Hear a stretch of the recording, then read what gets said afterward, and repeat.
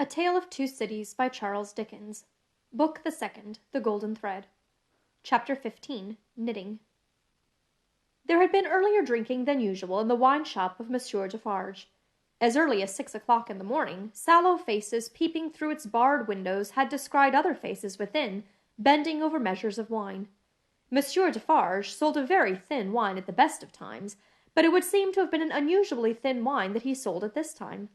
A sour wine, moreover, or a souring, for its influence on the mood of those who drank it was to make them gloomy. No vivacious bacchanalian flame leaped out of the pressed grape of Monsieur Defarge, but a smouldering fire that burnt in the dark lay hidden in the dregs of it. This had been the third morning in succession on which there had been early drinking at the wine-shop of Monsieur Defarge. It had begun on Monday, and here was Wednesday come. There had been more of early brooding than drinking, for many men had listened and whispered and slunk about there from the time of the opening of the door, who could not have laid a piece of money on the counter to save their souls. These were to the full as interested in the place, however, as if they could have commanded whole barrels of wine, and they glided from seat to seat and from corner to corner, swallowing talk in lieu of drink with greedy looks. Notwithstanding an unusual flow of company, the master of the wine-shop was not visible. He was not missed, for nobody who crossed the threshold looked for him. Nobody asked for him. Nobody wondered to see only Madame Defarge in her seat, presiding over the distribution of wine, with a bowl of battered small coins before her, as much defaced and beaten out of their original impress as the small coinage of humanity from whose ragged pockets they had come. A suspended interest and a prevalent absence of mind were perhaps observed by the spies who looked in at the wine-shop, as they looked in at every place, high and low, from the king's palace to the criminal's jail. Games at cards languished. Players at dominoes musingly built towers with them. Drinkers drew figures on the tables with spilt drops of wine. Madame Defarge herself picked out the pattern on her sleeve with her toothpick, and saw and heard something inaudible and invisible a long way off. Thus Saint Antoine in this vinous feature of his until midday. It was high noontide when two dusty men passed through his streets and under his swinging lamps, of whom one was Monsieur Defarge, the other a mender of roads in a blue cap.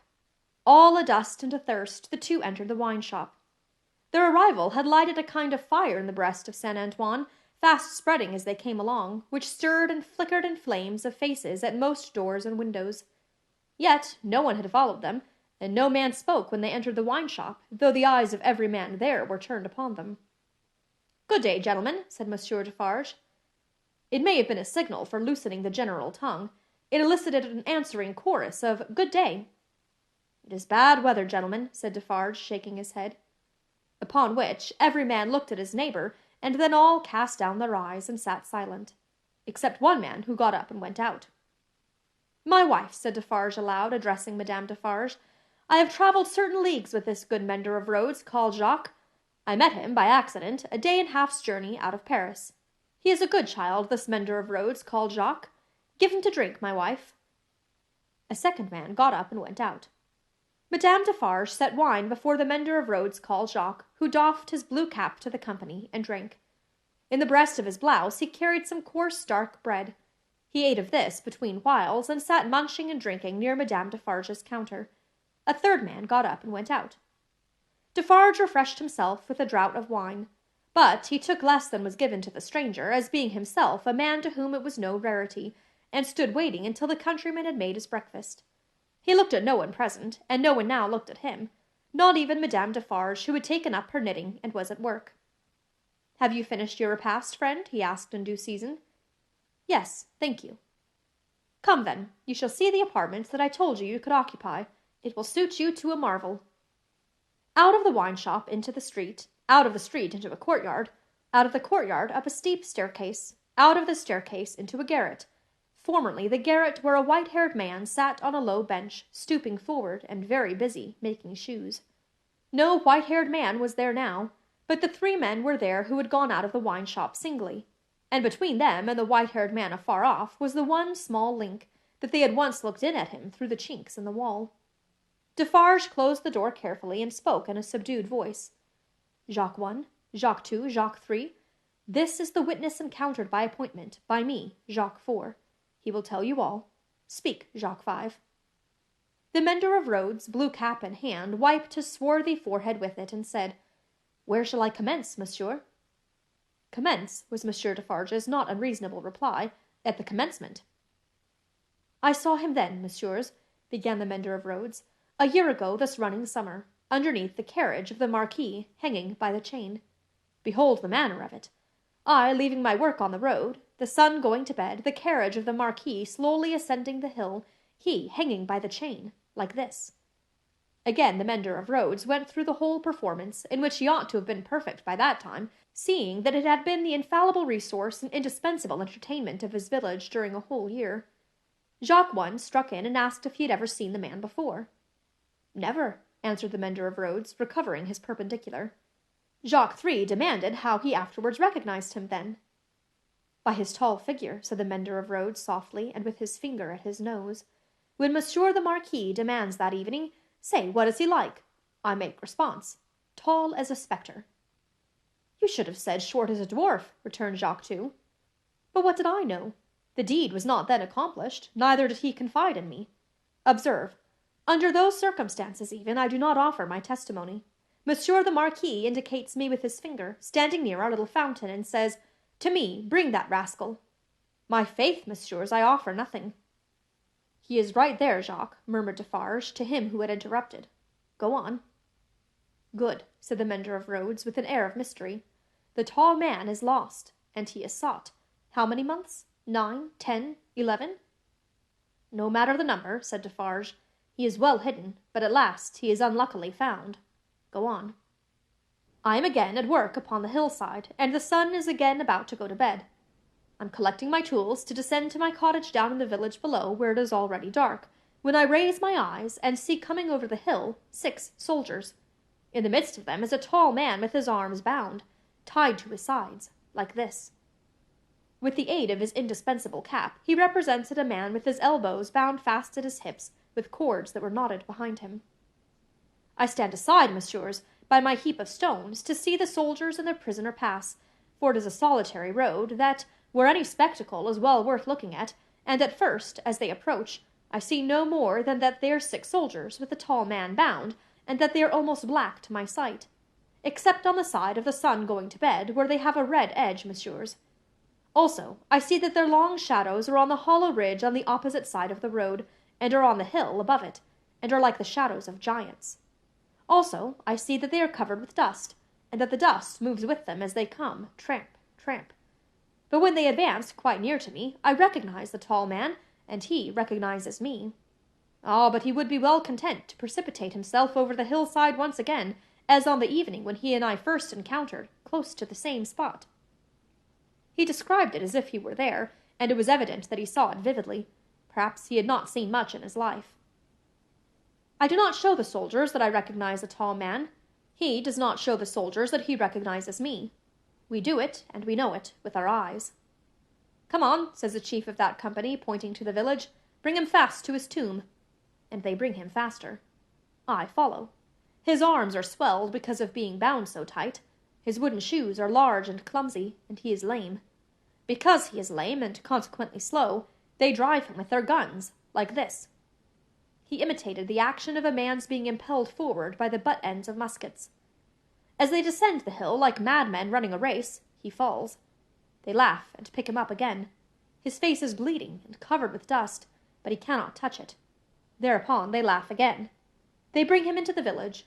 All the village runs to look. They take him past the mill and up to the prison. All the village sees the prison gate open in the darkness of the night and swallow him, like this.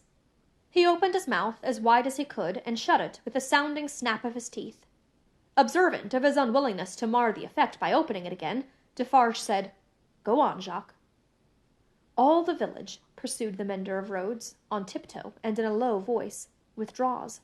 All the village whispers by the fountain. All the village sleeps. All the village dreams of that unhappy one within the locks and bars of the prison on the crag, and never to come out of it, except to perish.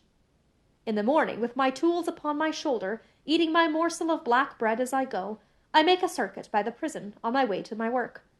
There I see him, high up, behind the bars of a lofty iron cage, bloody and dusty as last night, looking through. He has no free hand to wave to me. I dare not call to him. He regards me like a dead man. Defarge and the three glanced darkly at one another. The looks of all of them were dark, repressed, and revengeful, as they listened to the countryman's story. The manner of all of them, while it was secret, was authoritative too. They had the air of a rough tribunal. Jacques 1 and 2, sitting on the old pallet-bed, each with his chin resting on his hand, and his eyes intent on the road-mender. Jacques 3, equally intent, on one knee behind them, with his agitated hand always gliding over the network of fine nerves about his mouth and nose. Defarge standing between them and the narrator, whom he had stationed in the light of the window, by turns looking from him to them, and from them to him. "Go on, Jacques," said Defarge. "He remains up there in his iron cage some days. The village looks at him by stealth, for it is afraid, but it always looks up from a distance at the prison on the crag, and in the evening, when the work of the day is achieved and it assembles to gossip at the fountain, all faces are turned towards the prison. Formerly they were turned towards the posting-house, now they are turned towards the prison. They whisper at the fountain that although condemned to death, he will not be executed. They say that petitions have been presented in Paris, showing that he was enraged and made mad by the death of his child. They say that a petition has been presented to the king himself. What do I know? It is possible. Perhaps yes, perhaps no." "Listen, then, Jacques," number 1 of that name sternly interposed. "Know that a petition was presented to the king and queen. All here, yourself excepted, saw the king take it, in his carriage in the street, sitting beside the queen. It is Defarge, whom you see here, who at the hazard of his life darted out before the horses with the petition in his hand." "And once again listen, Jacques," said the kneeling number 3, his fingers ever wandering over and over those fine nerves, with a strikingly greedy air, as if he hungered for something that was neither food nor drink. "The guard, horse and foot, surrounded the petitioner and struck him blows. You hear?" "I hear, messieurs." "Go on, then," said Defarge. "Again, on the other hand, they whisper at the fountain," resumed the countryman, "that he is brought down into our country to be executed on the spot, and that he will very certainly be executed. They even whisper that because he has slain Monseigneur, and because Monseigneur was the father of his tenants, serfs, what you will, he will be executed as a parricide. One old man says at the fountain that his right hand, armed with a knife, will be burnt off before his face, that, into wounds which will be made in his arms, his breast, and his legs, there will be poured boiling oil, melted lead, hot resin, wax, and sulphur. Finally, that he will be torn limb from limb by 4 strong horses. That old man says all this was actually done to a prisoner who made an attempt on the life of the late King Louis XV. But how do I know if he lies? I am not a scholar." "Listen once again, then, Jacques," said the man with the restless hand and the craving air. "The name of that prisoner was Damiens, and it was all done in open day, in the open streets of this city of Paris, and nothing was more noticed in the vast concourse that saw it done than the crowd of ladies of quality and fashion, who were full of eager attention to the last, Jacques, prolonged until nightfall, when he had lost 2 legs and an arm, and still breathed. And it was done— Why, how old are you?" 35, said the mender of roads, who looked 60. "It was done when you were more than 10 years old. You might have seen it." "Enough," said Defarge, with grim impatience. "Long live the devil! Go on." "Well, some whisper this, some whisper that. They speak of nothing else. Even the fountain appears to fall to that tune. At length, on Sunday night, when all the village is asleep, come soldiers winding down from the prison, and their guns ring on the stones of the little street. Workmen dig, workmen hammer, soldiers laugh and sing. In the morning, by the fountain, there is raised a gallows 40 feet high, poisoning the water." The mender of roads looked through rather than at the low ceiling, and pointed as if he saw the gallows somewhere in the sky. "All work is stopped. All assemble there. Nobody leads the cows out. The cows are there with the rest. At midday, the roll of drums. Soldiers have marched into the prison in the night, and he is in the midst of many soldiers. He is bound as before, and in his mouth there is a gag, tied so with a tight string, making him look almost as if he laughed. He suggested it by creasing his face with his 2 thumbs, from the corners of his mouth to his ears. On the top of the gallows is fixed the knife, blade upwards, with its point in the air. He is hanged there 40 feet high, and is left hanging, poisoning the water." They looked at one another as he used his blue cap to wipe his face, on which the perspiration had started afresh while he recalled the spectacle. "It is frightful, messieurs. How can the women and the children draw water? Who can gossip of an evening under that shadow? Under it, have I said? When I left the village, Monday evening, as the sun was going to bed, and looked back from the hill, the shadow struck across the church, across the mill, across the prison, seemed to strike across the earth, messieurs, to where the sky rests upon it. The hungry man gnawed one of his fingers as he looked at the other three, and his finger quivered with the craving that was on him. That's all, messieurs. I left at sunset, as I had been warned to do, and I walked on, that night and half next day, until I met, as I was warned I should, this comrade. With him I came on, now riding and now walking, through the rest of yesterday and through last night, and here you see me. After a gloomy silence, the first Jacques said, Good. You have acted and recounted faithfully. Will you wait for us a little outside the door? Very willingly, said the mender of roads, whom Defarge escorted to the top of the stairs, and, leaving seated there, returned. The three had risen, and their heads were together when he came back to the garret. How say you, Jacques? Demanded number one. To be registered? To be registered as doomed to destruction, returned Defarge. Magnificent, croaked the man with the craving. The chateau and all the race? Inquired the first. The chateau and all the race, returned Defarge. Extermination. The hungry man repeated in a rapturous croak, Magnificent, and began gnawing another finger. Are you sure, asked Jacques too of Defarge, that no embarrassment can arise from our manner of keeping the register? Without doubt it is safe, for no one beyond ourselves can decipher it. But shall we always be able to decipher it? Or, I ought to say, will she? Jacques, returned Defarge, drawing himself up, if Madame my wife undertook to keep the register in her memory alone, she would not lose a word of it, not a syllable of it. Knitted in her own stitches and her own symbols, it will always be as plain to her as the sun. Confide in Madame Defarge. It would be easier for the weakest poltroon that lives to erase himself from existence than to erase one letter of his name or crimes from the knitted register of Madame Defarge. There was a murmur of confidence and approval, and then the man who hungered asked, Is this rustic to be sent back soon? I hope so. He is very simple. Is he not a little dangerous? He knows nothing, said Defarge, at least nothing more than would easily elevate himself to a gallows of the same height. I charge myself with him. Let him remain with me. I will take care of him and set him on his road. He wishes to see the fine world, the king, the queen, and court. Let him see them on Sunday. What? Exclaimed the hungry man, staring. Is it a good sign that he wishes to see royalty and nobility? Jacques, said Defarge, judiciously show a cat milk, if you wish her to thirst for it. Judiciously show a dog his natural prey, if you wish him to bring it down one day.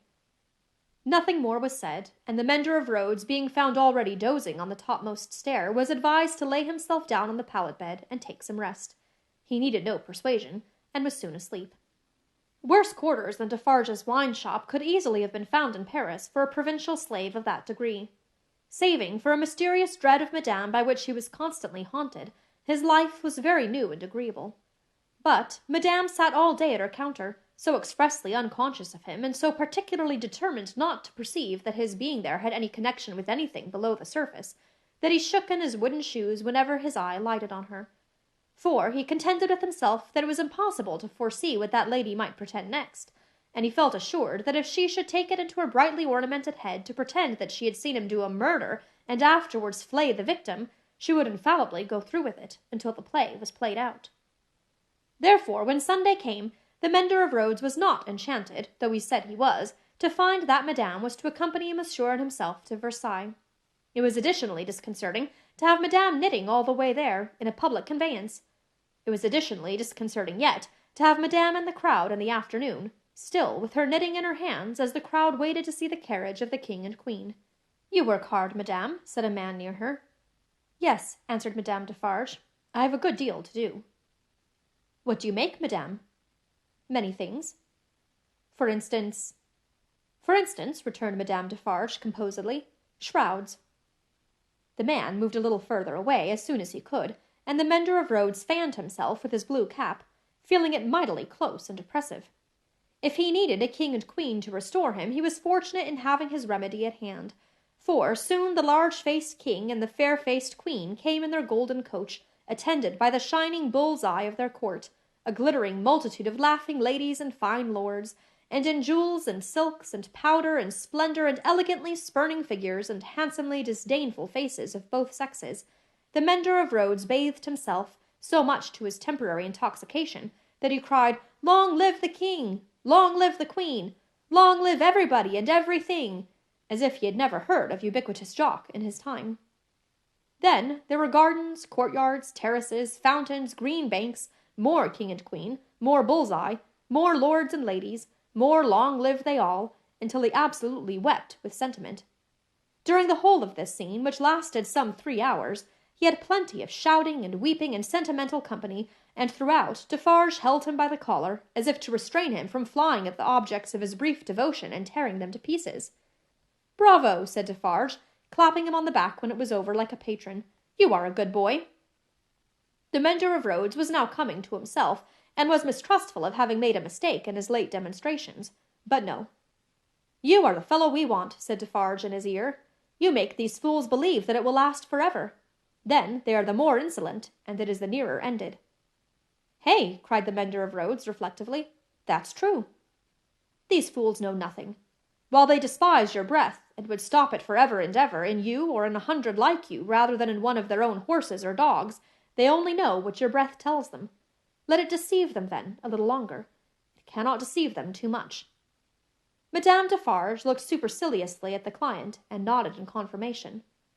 "As to you," said she, "you would shout and shed tears for anything, if it made a show and a noise. Say, would you not?" "Truly, madame, I think so, for the moment." "If you were shown a great heap of dolls, and were set upon them to pluck them to pieces and to spoil them for your own advantage, you would pick out the richest and gayest. Say, would you not?" "Truly, yes, madame." "Yes, and if you were shown a flock of birds unable to fly, and were set upon them to strip them of their feathers for your own advantage, you would set upon the birds of the finest feathers. Would you not?" "It is true, madame." "You have seen both dolls and birds to-day," said Madame Defarge, with a wave of her hand towards the place where they had last been apparent. "Now, go home."